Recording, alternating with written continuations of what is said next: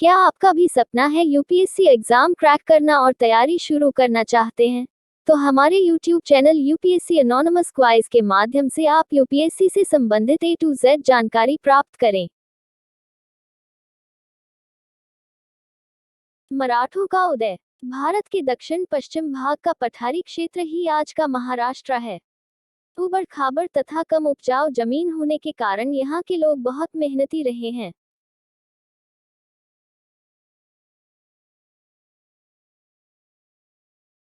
यहाँ रैयतवाड़ी लगान व्यवस्था लागू थी जिसमें किसान किसी जमींदार के अधीन नहीं होता था।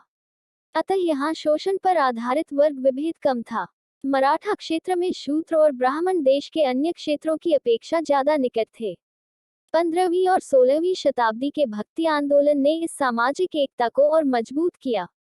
ज्ञानेश्वर, एकनाथ, तुकाराम, रामदास आदि संतों ने मराठा क्षेत्रवाद की भावना को उभारने में योगदान किया।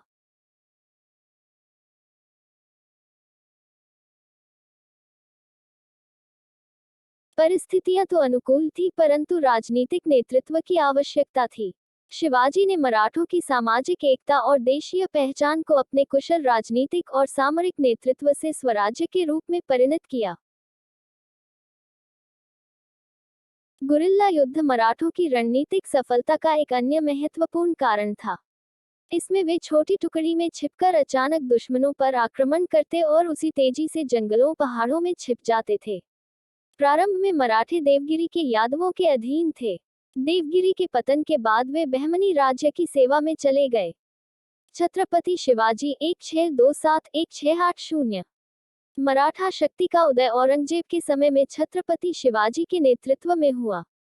शिवाजी का जन्म 20 अप्रैल 1627 को शिवनेर के किले में हुआ। वे शाहजी भोसले की प्रथम पत्नी जीजाबाई के पुत्र थे, जिन्होंने तुकाबाई मोहिते नामक एक अन्य महिला से विवाह कर लिया था। इसी कारण जीजाबाई उनसे अलग रहती थी।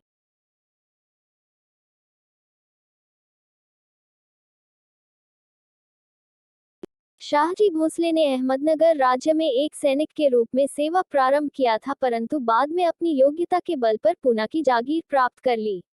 शाहजी 1940 में पूना की जागीर अपने 12 वर्षीय पुत्र शिवाजी को दे दिया और स्वयं बीजापुर रियायत की नौकरी कर ली। शिवाजी ने मवालियों मवाल क्षेत्र के लोगों का एक लड़ाकू दस्ता बनाया। इन्हीं को साथ लेकर शिवाजी ने प्रारंभिक विजय पाई। शिवाजी ने सबसे पहले बीजापुर के तोरण के किले पर अधिकार कर लिया। फिर सिंहगढ़, चाकंद, पुरंदर, सुपा, कल्याण, जावली तथा रायगढ़ आदि दुर्गों पर भी कब्जा कर लिया।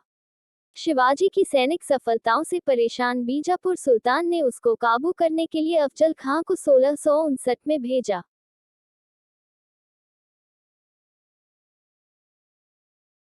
अफजल खां ने संधि वार्ता के बहाने शिवाजी को उसके किले से बाहर निकलने पर राजी कर लिया परंतु अफजल खां के दूत कृष्णाजी भास्कर ने शिवाजी को अफजल खां के षड्यंत्र का संकेत दे दिया। फिर शिवाजी ने छुपाकर ले गए बघनखे से उसका पेट फाड़ डाला। शिवाजी के बढ़ते प्रभाव से चिंतित औरंगजेब ने अपने मामा शाइस्ता खां को दक्षिण का सूबेदार बनाकर 1660 में भेजा। शाइस्ता खां ने पूना में कब्जा जमा लिया। 15 अप्रैल 1663 की रात में कुछ चुनिंदा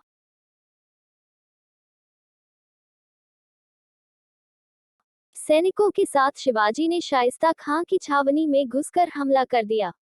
शाइस्ता खां तो बच निकला परंतु उसका एक अंगूठा कट गया।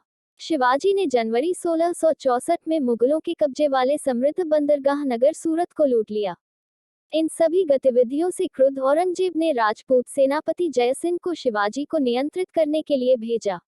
मुगल सेना ने शिवाजी के बहुत से किलों पर कब्जा कर लिया। मजबूरन शिवाजी को जयसिंह के साथ 1665 में पुरंदर की संधि करनी पड़ी। पुरंदर की संधि के अनुसार शिवाजी को अपने 33 में से 23 किले मुगलों को देने पड़े। उनके पुत्र संभाजी को मुगल दरबार में 5000 का मनसब दिया गया। शिवाजी ने मुगलों की ओर से बीजापुर के खिलाफ लड़ने तथा मुगल साम्राज्य की सेवा करने का वचन दिया। इस संधि के समय निकोलाओ मनुची वहां उपस्थित था। इस संधि के बाद शिवाजी औरंगजेब से मिलने आगरा पहुंचे परंतु औरंगजेब ने कैद करवा लिया। शिवाजी वहां से अपने पुत्र संभाजी के साथ किसी तरह बच निकले। शिवाजी सकुशल दक्खन पहुंचकर बहुत से किले फिर से जीत लिए। 1760 में शिवाजी ने सूरत को दोबारा लूटकर अपनी आर्थिक स्थिति मजबूत कर लिया। 16 जून 1674 को रायगढ़ के किले में काशी के प्रसिद्ध पंडित गंगा भट्ट द्वारा शिवाजी का राज्याभिषेक किया गया। शिवाजी ने छत्रपति, हैंदव धर्मोद्धारक तथा गौ ब्राह्मण प्रतिपालक की उपाधि धारण की। 1678 में शिवाजी ने जिंजी का किला जीत लिया। जिंजी को शिवाजी ने मराठा राज्य के दक्षिण क्षेत्र की राजधानी बनाया। शिवाजी की मृत्यु 53 वर्ष की अवस्था में 14 अप्रैल 1680 को हो गई। शिवाजी की मृत्यु के समय मराठा साम्राज्य बेलगांव से लेकर तुंगभद्रा नदी तक समस्त पश्चिमी कर्नाटक में फैला था।